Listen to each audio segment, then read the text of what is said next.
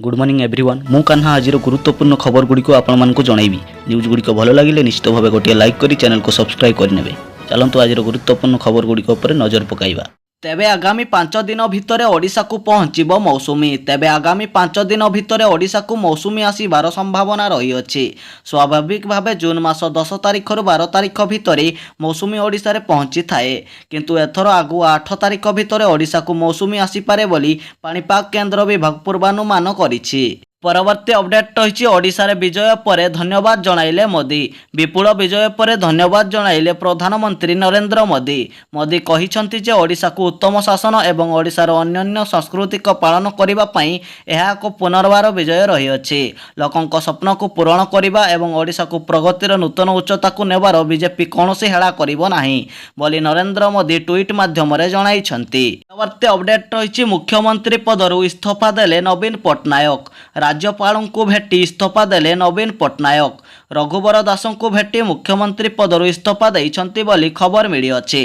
नवीन पटनायक हिंजिड़ीरु जीतिथिले मध्य कंठाबांझी निर्वाचन मंडली परास्त होइथिबार खबर मिली अछि। एथिसह बीजेडी 49 भोट पाई बीजेपी ठारू विधानसभा रे परास्त होइछंती। परवर्ती अपडेट रही वायुसेना रे बाहरिला चाकरी सुजोग। इंडियन एयरफोर्स नॉन टेक्निकल पदरे भर्ती पाई विज्ञप्ति प्रकाश पाई अछि।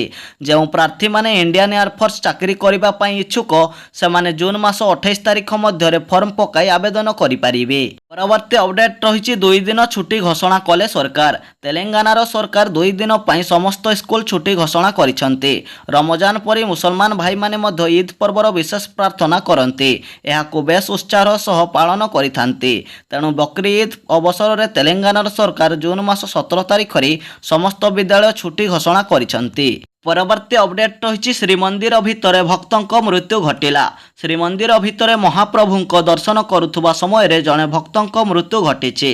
मृत व्यक्ति होउछंती गुजरातर 85 वर्षीय चेतना दास। चेतना दास तांको परिवार सह महाप्रभुंक दर्शन करिबा पई पुरी आसीथिले। दर्शन करिबा समय अचेत होई टळी पड़िथिले। संगे संगे तांको परिवार लोके आम्बुलांस जोगे डाक्तरखाना रे भर्ती करा जाइथिला। डाक्तर सेठारे तांको मृत घोषणा करि दैथिले। परवर्ती अपडेट रही इंदोर रे रेकर्ड कला नोटा। मिलिला 1,08,000 रु अधिक भोट। इंदोर भोटर माने नोटा बटन दबाई नुआ रेकर्ड सृष्टि करिसंती। मिलिथिबा सूचना अनुसार गणति रे एपर्यंत नोटा 1,08,000 रु अधिक भोट मिली सारिछि। परवर्ती अपडेट रही खोर्धारे जितिला बीजेपी। बाजी मारिले बीजेपी प्रार्थी प्रशांत जगदेव।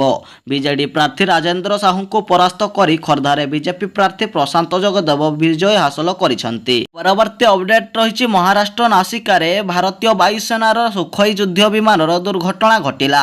भारतीय वायुसेनार एक सुखोई युद्ध विमानर दुर्घटनाग्रस्त होइछि। महाराष्ट्र नासिका ठारे एही दुर्घटना देखिबाकू मिलिछि।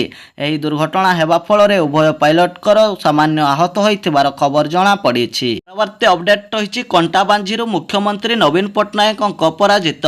सीट संख्या तुलन में बीजेडी बहु पछरे रहिथिला। एहारी भितरे कंटाबांझीरु नवीन पटनायक पराजित होइथिबार खबर मिली अछि। परवर्ती अपडेट रही भुवनेश्वर में कमिला सुनार दर। आज भारतीय बजार में 24 कैरेट सुनार दर 10 ग्राम प्रति 72,540 टंका रहिथिबा बेले 22 कैरेट सुनार दर 10 ग्राम प्रति 66,490 टंका रही। परवर्ती अपडेट रही 3 रथर 32टी चक्कर निर्माण शेष है। 3 रथर निर्माणकारी सेवक मैंने रथखोला ठारे सकाळ 8टारे मुख्य विश्वकर्मा सेवकों निर्माण कार्य आरंभ होइथिला। सोमवार दिन रथर 31 गोटी चक निर्माण शेष होइथिला एवं गतकाली 32 चक निर्माण शेष होइछि। परवर्ती अपडेट रही रायबेली रे 4 लाख रु अधिक भोट रे जितिले राहुल गांधी। भांगिले महासोनिया रेकर्ड। उत्तर प्रदेश रे रायबेली रे कांग्रेस नेता राहुल गांधी रेकर्ड विजय रही। 4 लाख रु अधिक भोट रे जितिछंती राहुल गांधी। न्यूज गुड़िक भल लगे निश्चित भाव गोटे लाइक करी चैनल को सब्सक्राइब करदेवे।